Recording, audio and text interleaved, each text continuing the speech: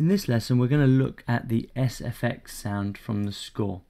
On the score it's just shown as one long note that's just continuous, but there's a few more bits going on with this sound than the score kind of initially indicates. You've got the obvious cue here that says it's obviously fading in. I've broken this up into, as you know, I've included the pre-intro into mine, which is just the whirry sound, which is that SFX sound. It's slightly different to the one that's in the intro. So I've broken it up into two parts. The SFX sound for the pre-intro, and then the SFX sound for the main part. Okay, so what I've done here is this first sound is I've used the instrument sculpture. I really like this sound for anything that's got kind of bells and kind of scratchy sounds, and it makes quite good wind noises. So let me just show you this one and then we'll compare it to the original. In the actual lesson I've included all the screenshots for the presets that I've used. They're not completely right, but they're quite close, and you're going to have to do the final tweaks. As said in previous lessons, this is more about good practice than me saying this is exactly what you have to do, okay? So take what I'm showing you as a kind of a foundation, and then we'll build on that. So here's what we've got so far. I'm just going to close this, and we're just going to listen to that first bit of the track.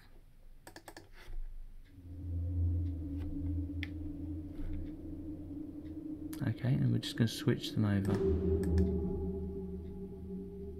Okay, just listen to my one again.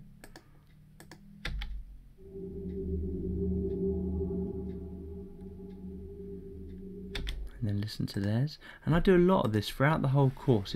There's just a lot of listening to do.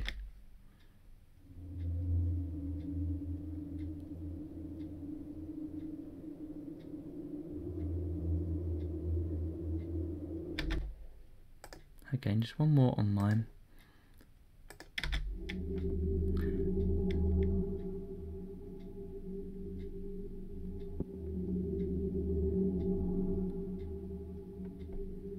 So as you can hear, it's close, it's not completely there, and we can tweak that as we go along. So that's the first sound. And pretty much all I did was use the sculpture for this. I tweaked some of the parameters, I moved the material around ever so slightly, and I've readjusted some of these parameters here just to kind of get that sound. It's quite a complex instrument, this, but it's worth spending a bit of time. If you want those organic sounds, it's worth spending a bit of time and just have a little play with this. Moving on to the SFX, the main synth. This one there's a lot going on. So as I said before, it's just one note, but there's a lot going on, and I've had to do quite a lot of automation to get this 100% right the way I want it. I'm just going to try and do a couple of things here. We'll open up the screen. I want you to kind of look at this area. I've just highlighted 4 crotchets here, because what's happening is the LFO is actually changed to a 1:4 rate, and that's automated. And I just want to illustrate that. So we'll play the La La La song, and I'll just have this open so you can see when it starts to pulse. So we're listening to the airy sounds. Here it comes in now, so it's going upwards now.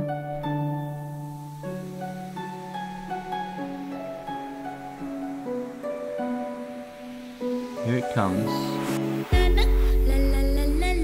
Okay, so you've got that little pulse sound, so straight away, and there's a lot of automation going on. Just have a listen to what I've got so far.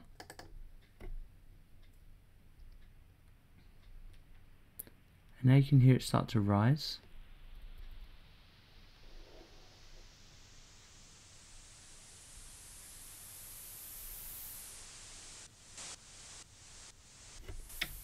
And there's that pulse sound. So that was quite difficult to get.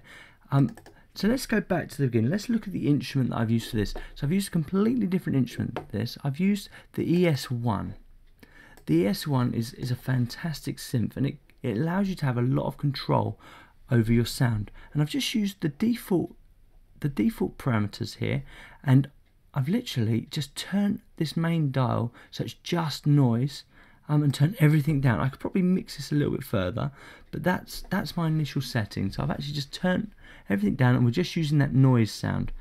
And then we've looked at this rate. So I've automated the rate. So it starts off for an 8 bars, and it kind of does this little whirry thing at the end. And then once we get to this bit here, go, it should come up there. You'll see that the automation has changed to 1/4, and that's how we're getting that whoop whoop. And you're going to have to play around with this area here to get the dip just right. Okay, it's important to have it on volume, so the LFO is actually controlling the volume parameter. That's what's making it dip at a rate of 1/4. I've also changed the filter to this 18 dBs. It just sounds nice. I've also changed the resonance and cutoff to get that initial sound, but a lot of the filtering that I've done is I've actually done it on the EQ parameters itself. So if we come over here, you'll see that I've used this filter here to this high filter here to, high shelf to cut all those frequencies, and I've automated those. So let's just have a look at the automation graph first. Once again, I've just done this on one note, but I have cut it up, because what you're going to find is if you do this properly and you get these first intro done properly, this part here, this end, it sounds like a bit of a reverse cymbal. So you're going to be able to use that again, and this part here where it dips, you're going to be able to use that again. It actually comes back a couple of times in the song. And all I've done, so that I can use all of my automation parameters, is I've just come up here, got my scissor tools, and I've just cut those areas. And now, let me just show you this quickly. Now, if I move this around with all the automation, it gives me the option to take the automation with it. So if I select that, press Alt, click. So, what am I doing? Control Z. Right, let's try that again. Alt, click, and drop it. It gives me this message here. Do I want to copy the automation? Absolutely. So now, when I look at the automation track, you'll see that all of my automation has come with it. And that's really important. So set up the automation properly first, and you'll be able to use it for all the other parts as well. So here we are. So we've cut up the notes, and now we're going to go into the actual automation themselves. So what's actually happening? Let me try and resize my screens here.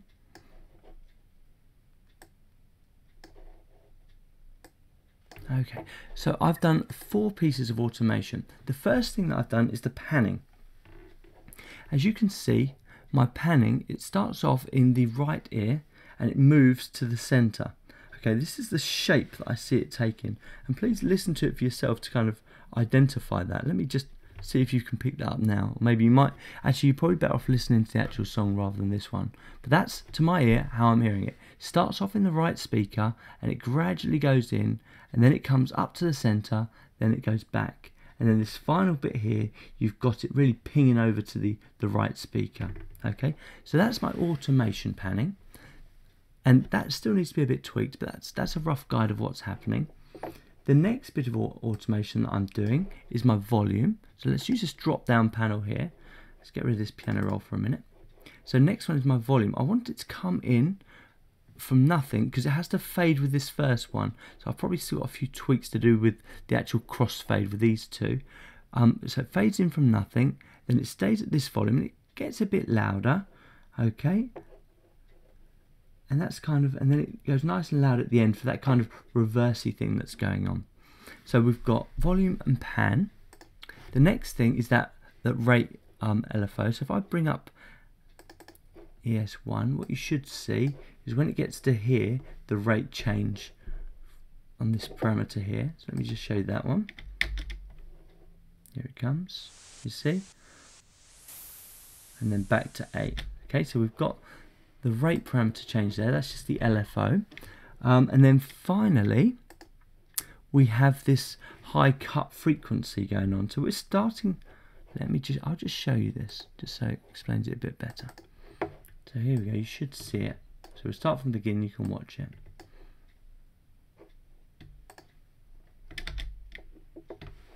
So here it is.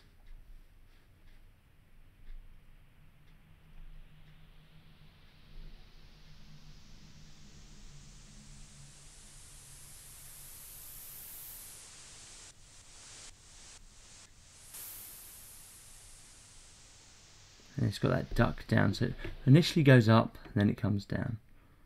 Okay, reducing all of those high frequencies, and then we've got this reverse section here. Okay, so still a little bit of work to do, but actually that's not too bad. Okay, so that brings me to the end of this lesson. Feel free to use my starting points and have a little play around with them. You've still got a little bit more work to do, but that should give you a really good introduction into what's going on.